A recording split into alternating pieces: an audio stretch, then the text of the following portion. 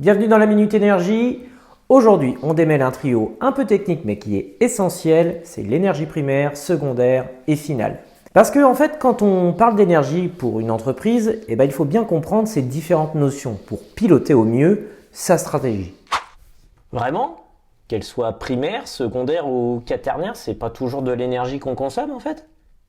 Alors, c'est pas si simple.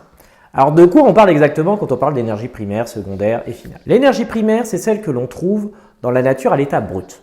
Aucune transformation n'est nécessaire pour l'utiliser. En gros, cela regroupe le pétrole, le gaz, le charbon, le vent et le soleil. Alors, détail important tout de même, c'est que l'énergie primaire représente le potentiel énergétique initial d'une ressource. Donc du coup, le pétrole brut contient une certaine quantité d'énergie chimique exploitable, tout comme le vent possède une certaine énergie cinétique que l'on va pouvoir exploiter pour produire de l'énergie. L'énergie secondaire, c'est ce que l'on obtient après transformation d'une énergie primaire. Exemple, l'électricité, les carburants raffinés. Petit problème avec cette énergie, c'est que chaque transformation, ça entraîne des pertes énergétiques. Donc le rendement d'une centrale électrique thermique varie entre 30 et 50%. Autrement dit, plus de la moitié de l'énergie primaire est perdue dans la conversion en énergie secondaire. Enfin, il y a l'énergie finale. C'est ce que vous utilisez finalement dans vos locaux ou installations. C'est le kilowattheure d'électricité à votre compteur, le gaz consommé, la chaleur distribuée. Cette énergie, elle est en fait prête à l'emploi. Néanmoins, elle subira encore une transformation lors de son utilisation finale par vos appareils.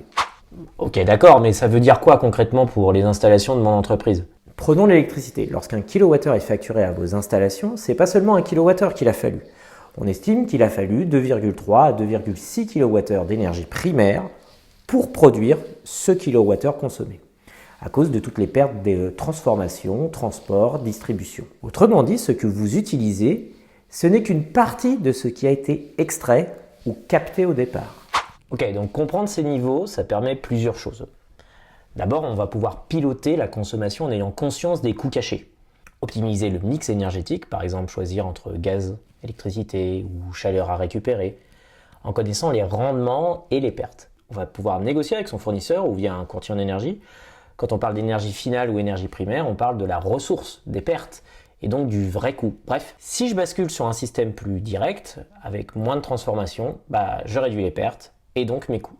Exactement, moins de transformation, donc moins de pertes, donc un bilan plus favorable. C'est particulièrement pertinent pour les grandes installations industrielles. Donc si on résume, énergie primaire, c'est la source brute. Énergie secondaire, c'est après transformation. Et énergie finale, c'est ce que vous allez consommer réellement. Alors la prochaine fois que vous payez votre facture ou que vous y jetez un œil attentif, posez-vous la question: de quelle énergie parle-t-on? Quelle est la part de transformation derrière ce kilowattheure? Et bien évidemment, restez branchés.